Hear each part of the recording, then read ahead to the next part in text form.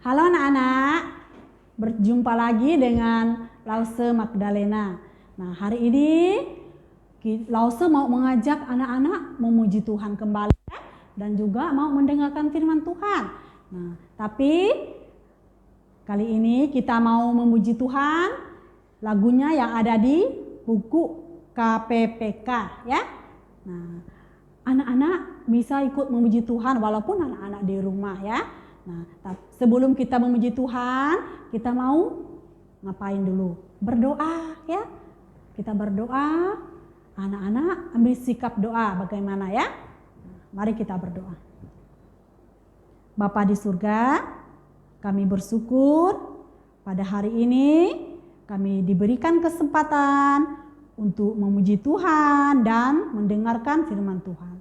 Tolong kami ya Bapak. Walaupun anak-anak di rumah, mereka juga masih bisa mendengarkan firman Tuhan dan memuji Tuhan. Ampuni dosa kami, hanya di dalam nama Tuhan Yesus kami sudah berdoa. Amin.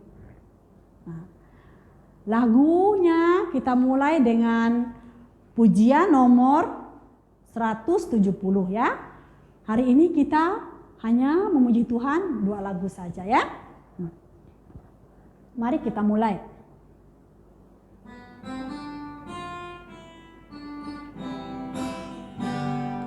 Maukah engkau bebas dari dosa? Dalam darahnya ada kuasa dan menangkal segala nafsu jahat. Ajaiblah kuasa darahnya. Ada kuasa dalam darahnya, darah domba Allah. Ada kuasa dalam darahnya, dalam darah domba Allah. Maukah engkau bebas dari nafsu? Dalam darahnya ada kuasa. Datang padanya ia akan sucikan. Dalam kuasa darahnya ada kuasa. Dalam darahnya, dalam domba Allah ada kuasa. Dalam darahnya, dalam darah domba Allah. Maukah engkau melayani Yesus? Dalam darahnya ada kuasa dan dibasuh oleh darah kudus. Di dalam kuasa darahnya ada kuasa. Dalam darahnya, dalam domba Allah ada kuasa. Dalam darahnya, dalam darah domba Allah. Nah adik-adik, sekarang kita mau melanjutkan pujian kita yang kedua ya, yaitu judulnya Dunia Gemar dan Soraklah.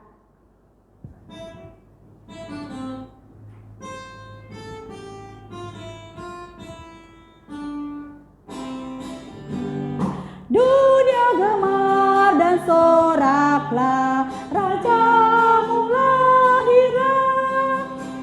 Beri hatimu kepadanya, bersama nyanyilah, bersama nyanyilah, bersama nyanyilah. Dunia gemar dan nyanyilah, Tuhanmu bertata. Bumi, laut, gunung, lembah, bersoraklah terus, bersoraklah terus, bersoraklah terus. Yesus memintakan dunia dengan anugerahnya, keadilan dan kebenaran dan ajaib kasihnya, dan ajaib kasih-Nya, ajaib ajaib kasih-Nya. Sekarang kita mau mendengarkan firman Tuhan. Ya, adik-adik diharap menyimaknya dengan baik. Terima kasih. Halo anak-anak, kembali lagi kita akan belajar firman Tuhan hari ini. Hari ini kita akan belajar dari Kejadian pasal 4. Oke, tapi sebelum kita belajar, mari kita berdoa. Bapa di surga, kami berterima kasih untuk pertolongan Tuhan kepada kami semua. Walaupun kami tidak dapat datang ke gereja untuk memuji Tuhan dan beribadah, tapi kami bersyukur kami masih dapat dengan video rekaman ini memuji Tuhan dan mendengarkan firman Tuhan. Tolonglah kami semua supaya kami dapat duduk dengan tenang dan mendengarkan firman Tuhan dengan baik. Hanya dalam nama Tuhan Yesus kami berdoa dan mengucap syukur. Amin. Oke, mari kita buka Kejadian pasal 4. Oke, beberapa minggu yang lalu kita telah belajar Allah menciptakan langit dan bumi, dan Allah juga menciptakan manusia. Allah menciptakan laki-laki dan perempuan. Lalu Tuhan menempatkan laki-laki dan perempuan ini, Adam dan Hawa, di Taman Eden. Taman yang bagus, taman yang Tuhan sudah sediakan untuk mereka. Nah, di sana di taman itu mereka punya segala sesuatu yang mereka perlukan. Mau makan apa aja tinggal petik, mau makan buah apa saja mereka tinggal ambil. Nah, bahkan mereka dapat berbicara langsung kepada Tuhan. Oke. Nah, tapi di antara semua berkat Tuhan yang Tuhan berikan, Tuhan memberikan satu perintah. Apa perintah Tuhan? Masih ingat apa perintah Tuhan? Oke, Tuhan berpesan kepada Adam, semua pohon di taman ini kamu boleh makan buahnya. Hanya satu pohon yang kamu tidak boleh makan buahnya, yaitu pohon pengetahuan yang baik dan yang jahat. Nah, Adam kemudian memberitahu pesan Tuhan ini kepada Hawa. Lalu suatu hari Iblis datang menggoda Hawa. Lalu apa yang terjadi? Hawa jatuh ke dalam dosa. Hawa mengambil buah pengetahuan yang baik dan buruk itu, dia makan, kemudian dia bawa kepada suaminya Adam. Lalu Adam makan. Dan ketika mereka makan, apa yang terjadi? Mata mereka terbuka dan mereka tahu kalau mereka tidak berpakaian. Pada saat mereka melanggar firman Tuhan, dosa ada dalam diri mereka. Nah, lalu Tuhan datang kepada mereka.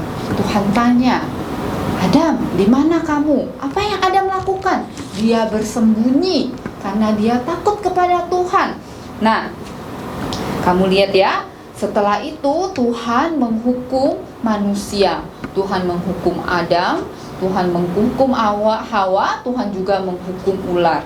Oke? Nah, lalu manusia itu diusir dari Taman Eden.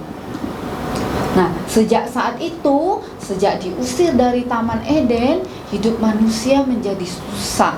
Hidup Adam menjadi susah. Nah, kamu lihat, karena mereka tak lagi dapat hidup selamanya. Sebelumnya mereka hidup dengan senang. Hidup di Taman Eden, hidup bersama Tuhan.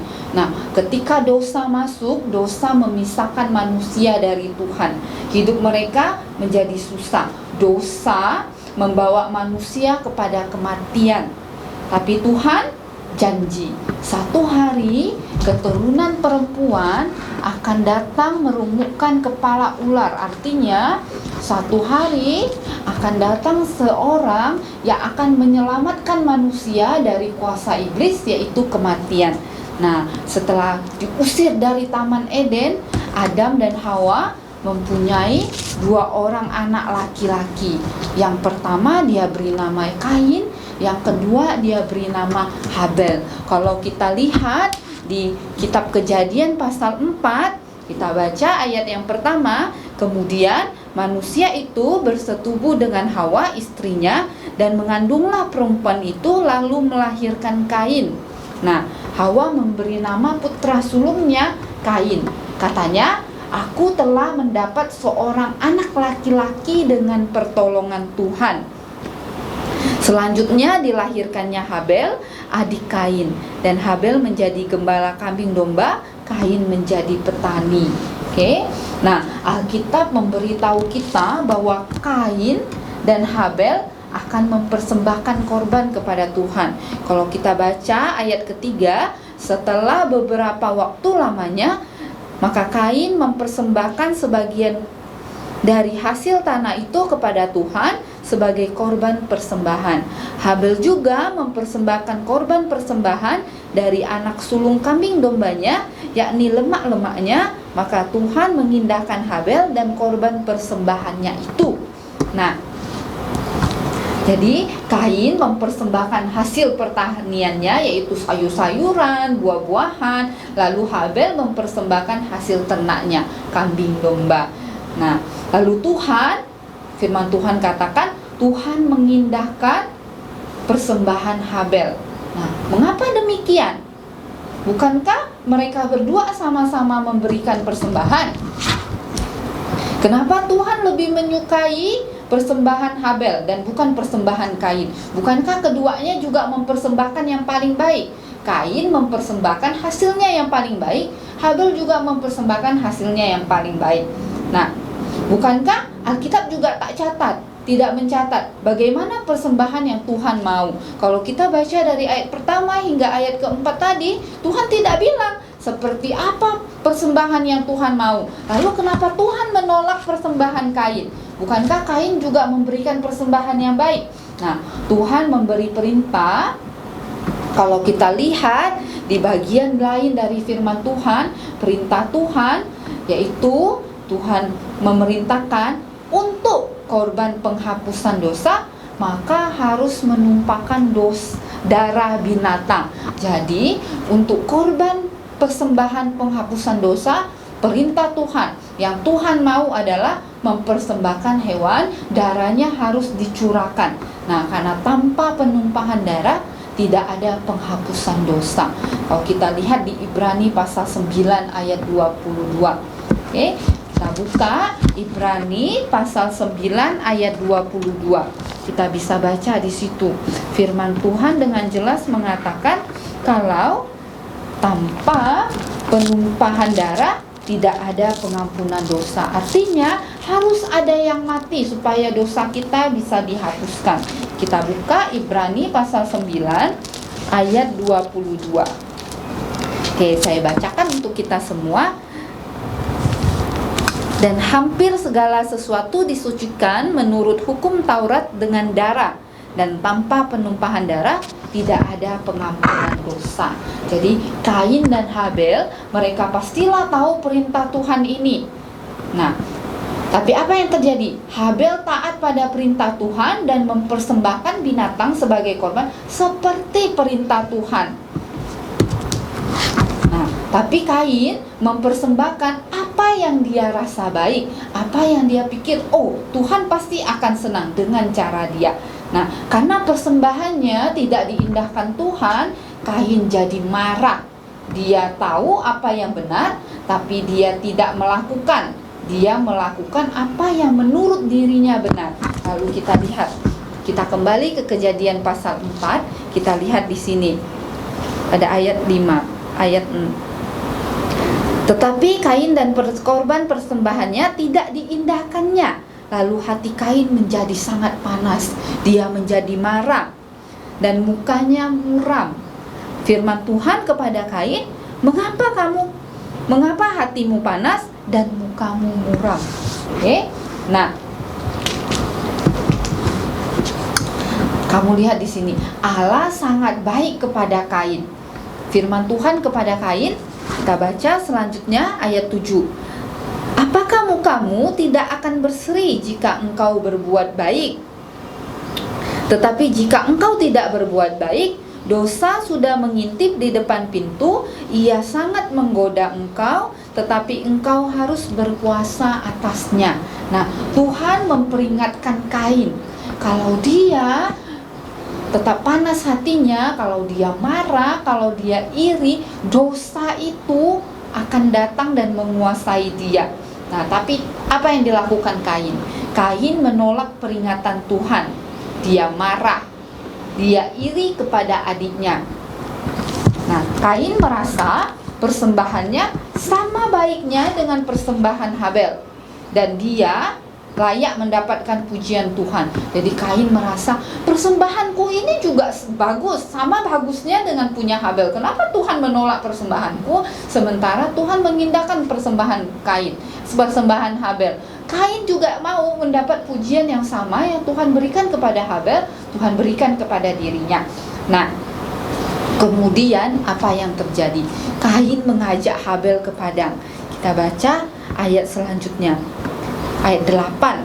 Kata Kain kepada Habel adiknya, "Marilah kita pergi ke padang."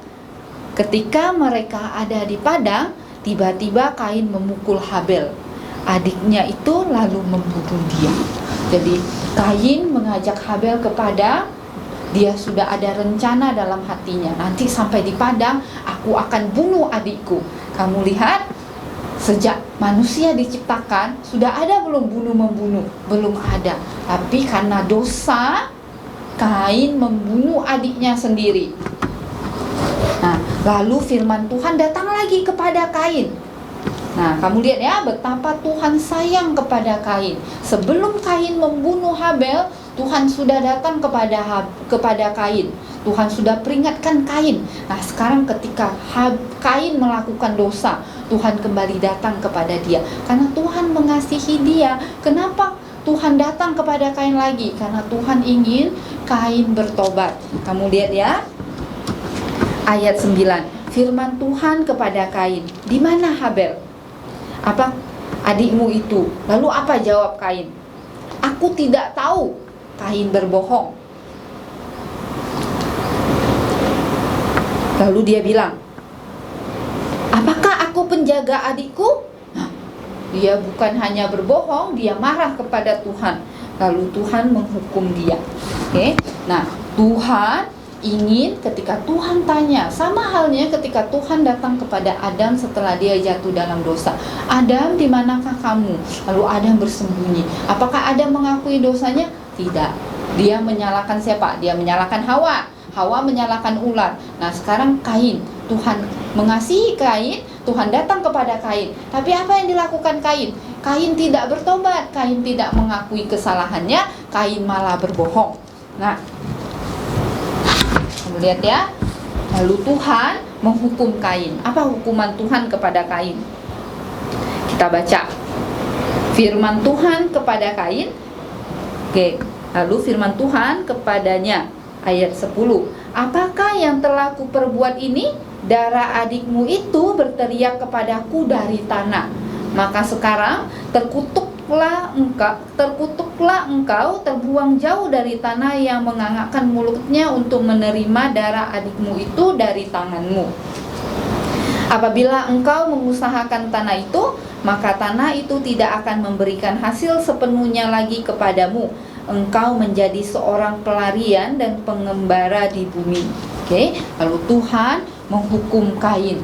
Nah, kamu lihat ya, apa yang Kain persembahkan? Hasil bumi, hasil pertanian. Nah, sekarang Tuhan hukum Kain. Apapun yang kamu usahakan di tanah tak akan menumbuhkan lagi hasil sebaik yang pernah kamu usahakan dulu. Jadi Kain akan sangat bersusah-susah. Oke, walaupun dia susah payah bertani, hasilnya tidak akan baik. Nah, tidak akan banyak menghasilkan. Oke. Tapi apakah Kain bertobat dari dosanya? Dia tidak bertobat. Kamu lihat kata Kain kepada Tuhan, "Hukumanku itu lebih besar daripada yang dapat kutanggung. Engkau menghalau aku sekarang dari tanah ini, dan aku akan tersembunyi dari hadapanmu, seorang pelarian dan pengembara di bumi. Maka barang siapa yang akan bertemu dengan aku, tentulah akan membunuh aku." Nah, jadi sebagaimana Kain membunuh Habel, nah orang juga ingin membunuh Kain. Oke, lalu Kain bilang, "Kalau begitu aku akan terbunuh." Tapi Tuhan bilang, Firman Tuhan kepadanya, sekali-kali tidak. Barang siapa yang membunuh Kain akan dibalaskan kepadanya 7 kali lipat. Kemudian Tuhan menaruh tanda pada Kain supaya ia jangan dibunuh oleh barang siapapun yang bertemu dengan dia. Lalu Kain pergi dari hadapan Tuhan dan ia menetap di tanah Nod di sebelah timur Eden. Nah, setelah Tuhan menghukum Kain, Kain tidak pernah bertobat dari dosanya. Kain melakukan keinginannya yang dia rasa benar. Nah, dan dia ingin Tuhan menerima keinginan hatinya. Nah, kita juga bisa seperti Kain. Banyak dari kita berpikir kalau kita berbuat baik, kalau kita datang ke gereja, kalau kita menolong orang, semua itu akan membawa kita ke dalam surga. Apakah betul demikian? Apakah itu yang Tuhan mau? Nah, Tuhan katakan bahwa perbuatan baik kita itu seperti kain kotor. Artinya tidak berguna di hadapan Tuhan. Manusia yang berdosa, segala kecenderungan hati kita adalah melakukan kejahatan. Oke, dari kecil kita melakukan dosa. Kamu melakukan dosa, semua kita melakukan dosa. Nah, lalu kamu pikir, oh, aku nggak sejahat dia, aku tidak mencuri, aku tidak seperti dia. Dia mencuri, dia membunuh, aku enggak, aku cuman berbohong. Nah, kamu lihat ya. Lalu kamu berpikir, Tuhan pasti lebih senang kepada saya daripada pada teman saya yang lebih buruk kelakuannya. Tapi apakah demikian?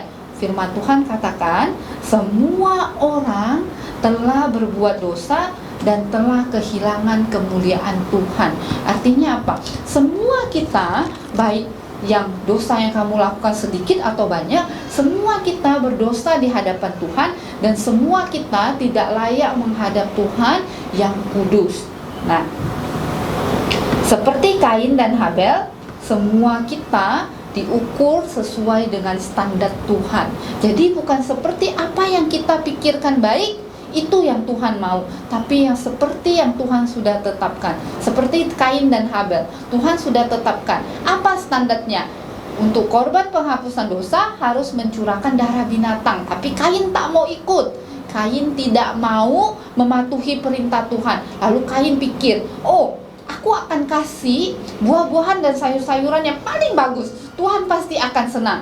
Lalu apakah Tuhan senang? Tuhan tidak senang. Tuhan tidak mau korban seperti itu. Tuhan mau kita tunduk kepada perintah Tuhan. Tuhan mau kita menjalankan perintah Tuhan. Nah, karena dosa, kita dipisahkan dari Allah. Semua kita berdosa. Tidak ada satupun dari kita yang tidak berdosa. Kamu tidak bisa bilang, oh, aku tidak berdosa. Oh, anak bayi itu tidak berdosa. Semua berdosa. Sejak Adam dan Hawa jatuh ke dalam dosa, kita semua keturunan Adam dan Hawa, kita semua manusia mendapat warisan. Semua dapat warisan. Warisan apa? Warisan dosa. Oke? Karena kita dapat warisan dosa, makanya semua kita akan mati. Satu hari kita semua pasti akan mati.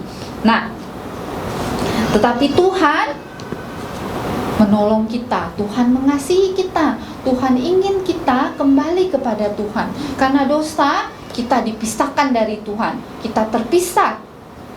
Nah, sekarang bagaimana supaya kita bisa kembali kepada Tuhan? Nah, Tuhan menyediakan jalan untuk kembali kepada Tuhan. Dengan apa? Kalau untuk menghapuskan dosa, zaman dahulu mereka harus menyembelih binatang lalu mencurahkan darahnya. Artinya binatang itu harus mati menggantikan kita. Nah, Tuhan memberikan kita korban yang sempurna. Oke? Nah, darah korban yang sempurna. Siapa? Siapa yang harus mati untuk kita? Tuhan Yesus harus mati untuk kamu dan saya. Tuhan Yesus harus mati untuk kita.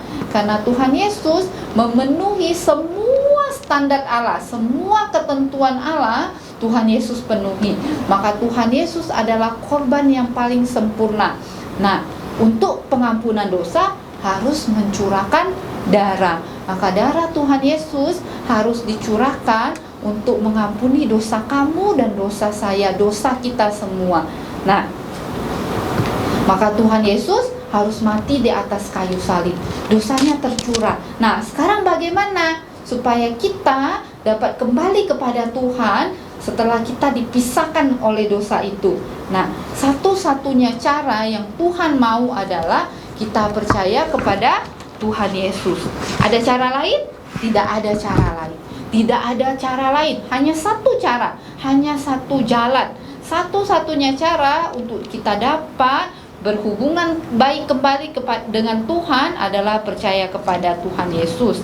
Nah, banyak orang mereka ingin datang kepada Tuhan dengan cara mereka sendiri. Nah, bukankah Kain juga orang percaya? Bukankah Kain juga orang yang percaya kepada Tuhan? Iya, Kain orang percaya. Nah, tapi dia ingin Tuhan menerima caranya dia, bukan dia yang mematuhi cara Tuhan. Janganlah kita yang sudah percaya kepada Tuhan, kita sudah percaya kepada Tuhan Yesus, tapi kita masih mau melakukan banyak hal tidak sesuai dengan perintah Tuhan, tapi dengan cara kita, cara yang kita anggap betul.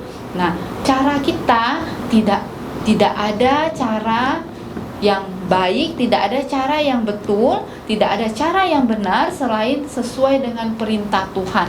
Nah, jadi kalau kita ingin menyenangkan hati Tuhan, kita tidak bisa melakukan dengan cara kita. Kita tidak bisa pikir, oh, karena aku ke gereja setiap minggu dan aku melakukan banyak hal, kalau kamu tidak percaya Tuhan Yesus sungguh-sungguh dalam hatimu, akankah kamu menerima keselamatan itu? Tidak. Oke, janganlah kita seperti Kain, walaupun kita adalah orang percaya, tapi kita ingin Tuhan menerima cara kita. Bukannya kita menaati caranya Tuhan, tapi marilah kita menjadi seperti Habel. Dia tahu apa yang Tuhan mau, dia tahu perintah Tuhan, dan dia menaati perintah Tuhan. Maka Tuhan mengindahkan Habel, maka Tuhan memberi pujian kepada Habel. Nah, kiranya kita anak-anak Tuhan, kita pun mau menjadi seperti Habel yang menyenangkan hati Tuhan. Anak-anak yang menaati perintah Tuhan, anak-anak yang sungguh-sungguh percaya kepada Tuhan. Oke? Baik, di sini firman Tuhan pada hari ini, mari kita berdoa. Bapa di surga, kami berterima kasih untuk firman Tuhan yang boleh kami dengar. Kami berterima kasih karena Tuhan mau mengampuni kami atas segala dosa yang sudah kami lakukan. Kami berterima kasih karena Tuhan sudah mengutus Tuhan Yesus untuk menjadi korban yang sempurna untuk menghapus semua dosa kami, sehingga kami semua yang percaya kepada Tuhan Yesus boleh mendapat keselamatan. Kiranya Tuhan juga menolong supaya kami seperti Habel yang taat kepada perintah Tuhan dan tidak melakukan hal seperti yang kami mau, tapi yang Tuhan mau. Tolonglah kami semua menjadi anak-anak Tuhan yang baik. Hanya dalam nama Tuhan Yesus kami berdoa dan mengucap syukur. Amin.